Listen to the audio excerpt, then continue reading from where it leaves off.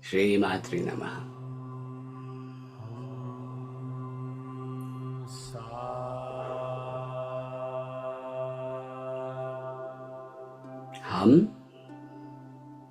Hamsa. Hamsa.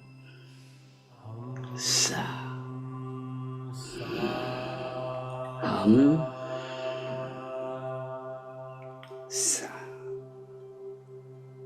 Now close your left nostril and say hum going in and then out with your left nostril. Hum. Right nostril, left nostril out. Right nostril in and then left nostril out. Now left nostril in, but this time so, and then right nostril out. Hum. Left nostril in, so, hum. Left nostril in, right nostril out. Hum. Now both nostrils open. Hum. Sa. So. Hum. Hum. Sa. So. Hum. And then in between you say Hamsa, Shiva, so hum. Hamsa, Shiva, so hum. We'll go into this later, but there are the secret of this. From now on, I'm going to teach you a lot of esoteric secrets. So the teaching is that without the Hamsa, there is no Kundalini. Without Kundalini, there is no Hamsa. So if you think of it, the true Kundalini is a feathered serpent. It's like a swan with the tail of a Kundalini. So where have we seen this before? We see it in Mexico, Quetzalcoatl. We see it everywhere. The dragons, the idea of the dragon, the winged dragon, the idea of the winged serpent. And this is the highest teaching of the Kundalini Tantric tradition of Shakti, of Tantra, which is that the Hamsa and the Saham are the same. Kundalini and the Swan, So we wake up the body so that in the body we become Shakti, as we elevate and become the Swan, we become Shiva. And this is a very simple equation that we're going to look at today. And I just want to, what is it all about? And this symbol is the Hamsa. This is seen all over the world. It is the symbol of the secret of immortality, basically. So everything we're talking about when we deal with the Hamsa is about immortality. Yeah? So if you think about Om, right? The hum is the swan of immortality, way up there. And the sa is the Kundalini Shakti in my body, right? Hum, sa. And if you take away the ha and the sa, you get Om. I mean, they coded everything, Ha, sa, remove Om. Beautiful, right? So when we do the mantra, say it with me, Aim Reem Shreem, Aim Kleem So, Hamsa Shiva Soham. See, Hamsa Shiva Soham. Didn't we just say this just now together? Hamsa Shiva Soham. That means by you, the swan, coming into me, I become Shiva, and so I sing this for the blessing of everybody. And so I breathe out again into everybody. Hamsa Shiva Soham Hasa Ka Frame. That means let me go through from, basically it's like take me from Agya to Sahasrara and then come back again from Sahasrara to Agya. Come back into me. Keep coming in and out of me, right? And let me control my senses and enter the gate. Sarup Narupana Hetavesra Gurave. Shri Annapurna Babasaita, Shri Amritanandanata, Shri Guru Shri Padukam Puji Amitarpyame. So think about it. This mantra we do every day in our work is a mantra to the Hamsa. You know? This is the secret teaching of all this yoga. Is that there is nothing but the Hamsa. You know? And we can give it different names, Shiva, Shakti, above me, all these things, but really it is the dance of the infinite coming into me, the immortal coming into little mortal me, waking up, stirring me, and then leaving me. With every breath, with every moment, it's gone. Just when I thought I was immortal, gone. Just when I thought everything was going to work out, gone. It's a very deep esoteric teaching, this one, no? The Hamsa. In fact, all Kundalini Yoga is really called Hamsa Yoga. You know? It's the Hamsa, Yoga of Hamsa, right? And it's the yoga of immortality. We're trying to become immortal, right? And when I look at it carefully, I want to teach you this Gayatri mantra to the Hamsa, yeah? So say it with me. Om Hamsa Hamsaya Vidmahe, Om Hamsa Hamsaya Vidmahe, Paramahamsaya Dhimahi, Tanno Hamsa Prachodayat, Om Shanti Shanti Shanti. So instead of turning to the sun every morning and say, wake up my inner light like Om Bhur Bhuvaswaha, what if I turn to the swan every morning and said, Om Hamsaha Hamsaya Vidmahe, Paramhamsaya Dhimahi, Tanno Hamsa Prachodayat, Om Shanti Shanti Shanti. May we realize the Hamsa of my inner Hamsa, and may I meditate upon the Supreme Hamsa. And O Hamsa, reveal this inner light in me. Om, peace, peace, peace. Such a beautiful prayer, no? So, in India, we use terms like Hamsa, Jiva, Paramahamsa, right? The Supreme Swan is the divine Shiva, pure consciousness. That's Paramahamsa, right? Hamsa, me, little swan, big swan, little swan, big swan. That's it. So the Paramahamsa path is the real path to being your own guru. You get it now? Because you're Hamsa and that Hamsa, that's it. There's no in between Raja Hamsa. I think you should all call me Hamsa Raja from now on. So that I'm the in-between guy, that'll get you to the other side. There is no in-between. Every breath you take. So Hamsa Yoga is the breath of immortality. To just breathe. There's nothing else to do in yoga. Each breath is yoga. Nothing else. I don't care how many theories you want. From Hatha to integral, who cares? Did you just breathe?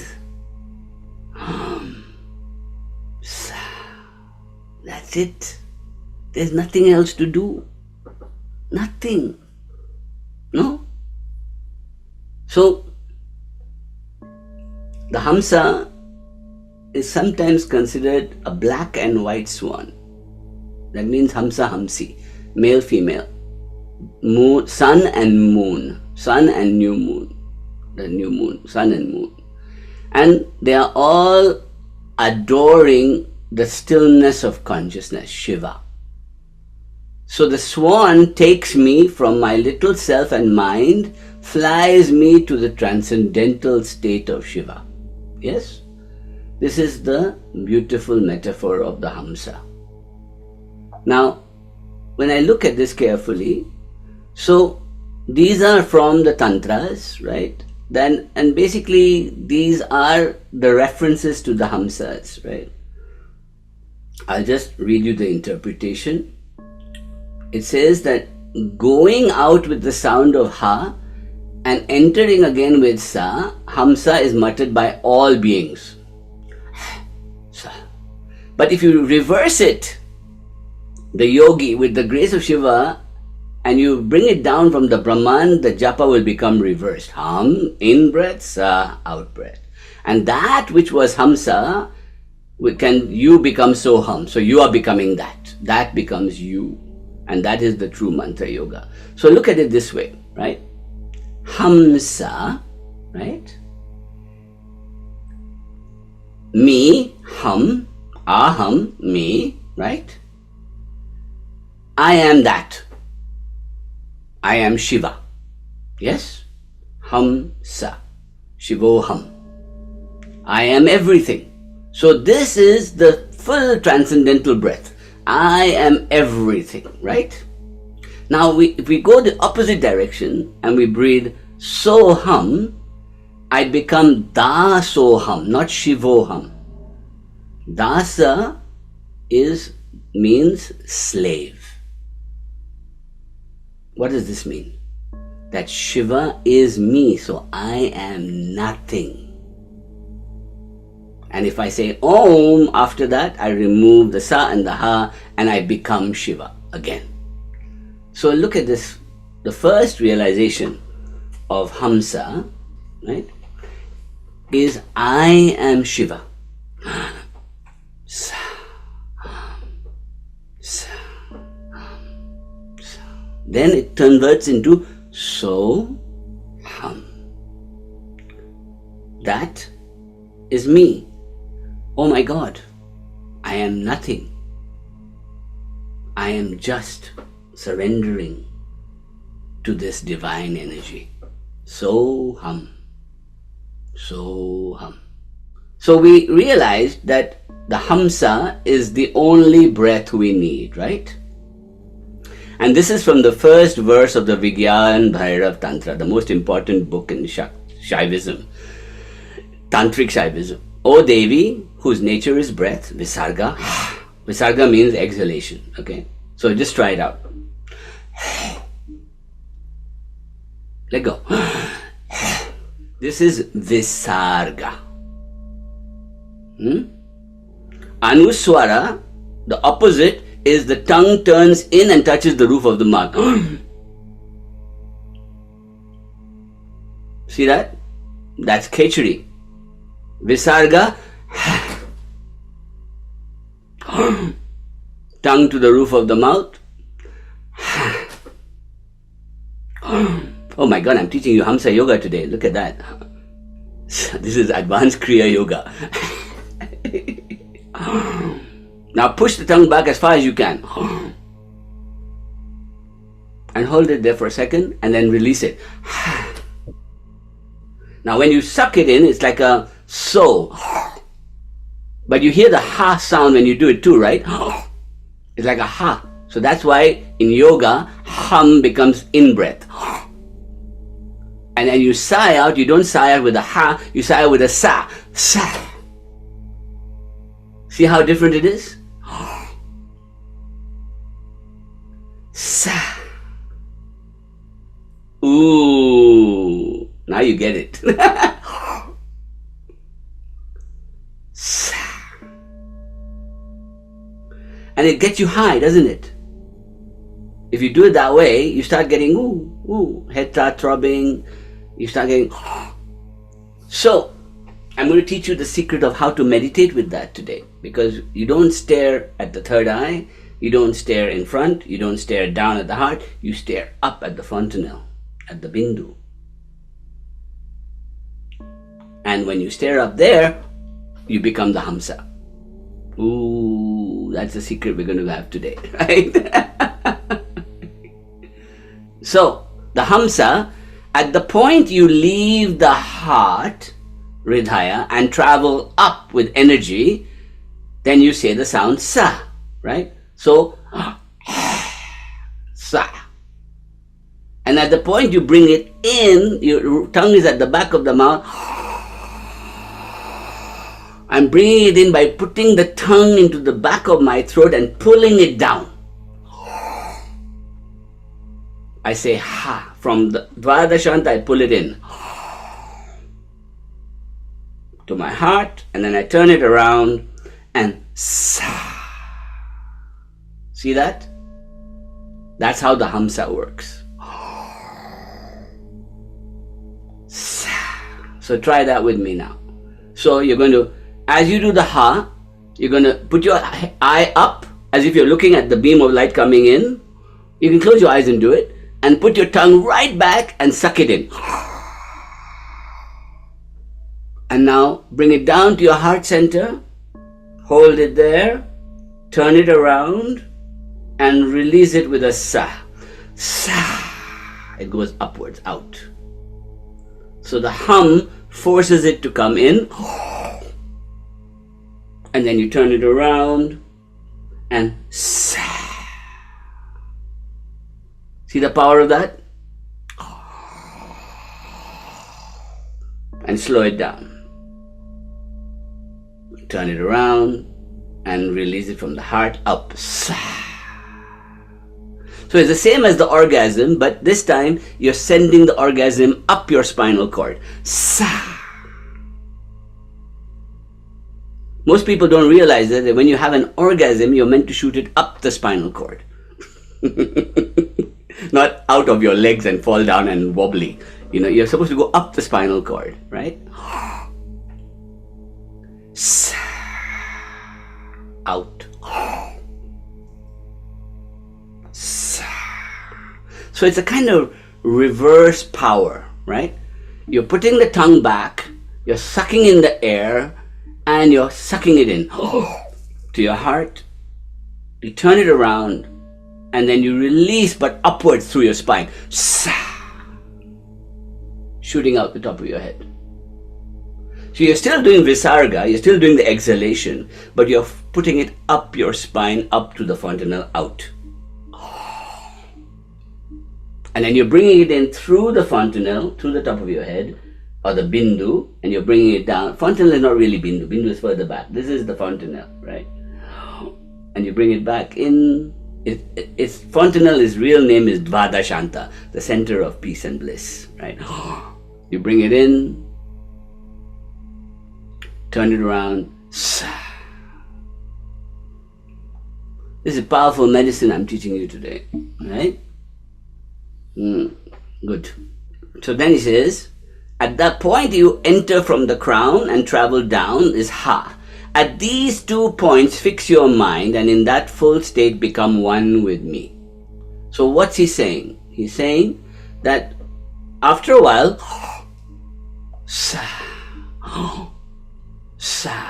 put your mind here, at the bridge of your nose, and watch it come and go, and eventually you will just center it there, and that's the still point. So the still point is up here, but you can start here. In your third eye.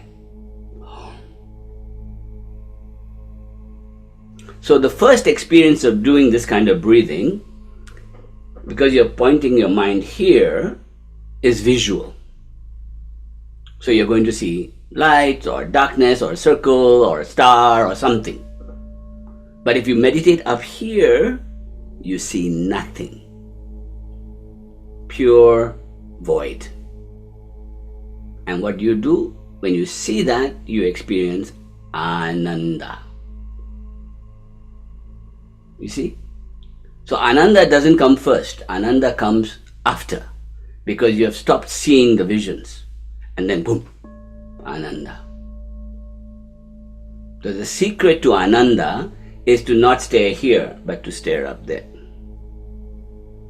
So first you start Hamsa by staring here. You get the visions, then you turn up and you hold it without any sound and you bring it to your heart and you stop the sounds. And that's when the bliss will come.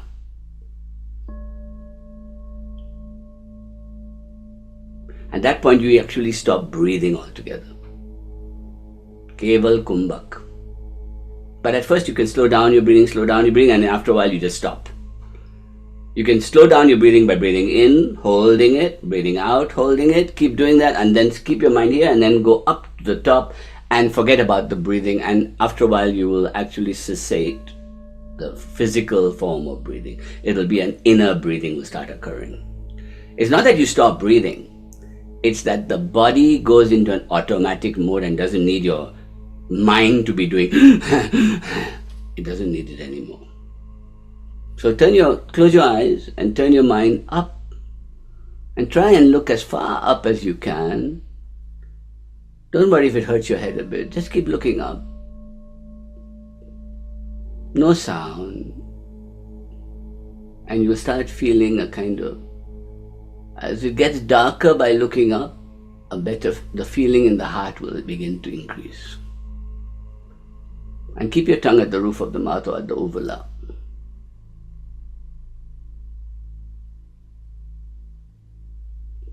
At first you will feel a throbbing. Let the throbbing, it'll pass.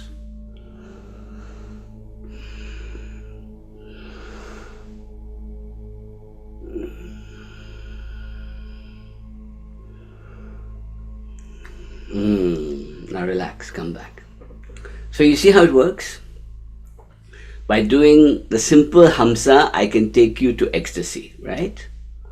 This is the magic of the path of the Swan, of the Hamsa. It's an ecstatic path where the body and consciousness begin to dance, and after a while you get out of the way and they just start dancing, and you feel three things will happen. One is you will see nothing. Two, a liquid feeling of immortality will begin to trickle down your throat like a sweet taste. And three, a bliss feeling will begin in the heart. This, if you do this practice, this is guaranteed. Hamsa first, and then observation, and push the tongue back as far as you can. If you can push it right back, great. And just hold it there and stop breathing mentally altogether, and then stare right up and then watch it come down. If you taste the back of your throat, all of you will sense that it's getting earthier and sweeter by now. Just by this thinking about it. You know? Your mouth changes, your chemicals change, everything changes. It's quite something. Alright, take a breather, drink some water.